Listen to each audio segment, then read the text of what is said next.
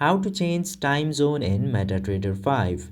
Now in order to change time zone in MetaTrader 5, it is not possible through your MetaTrader 5 application because it uses your phone's default time zone.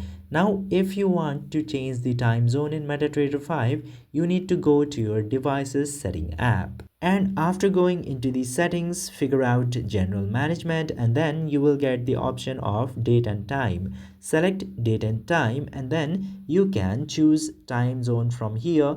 Just simply disable this automatic time zone option at very first and then tap to select time zone. And from here you can choose different regions, whichever you would like to choose from this section. Simply choose your region and time zone will be based on that region, and your time zone in MetaTrader 5 will automatically changed after this.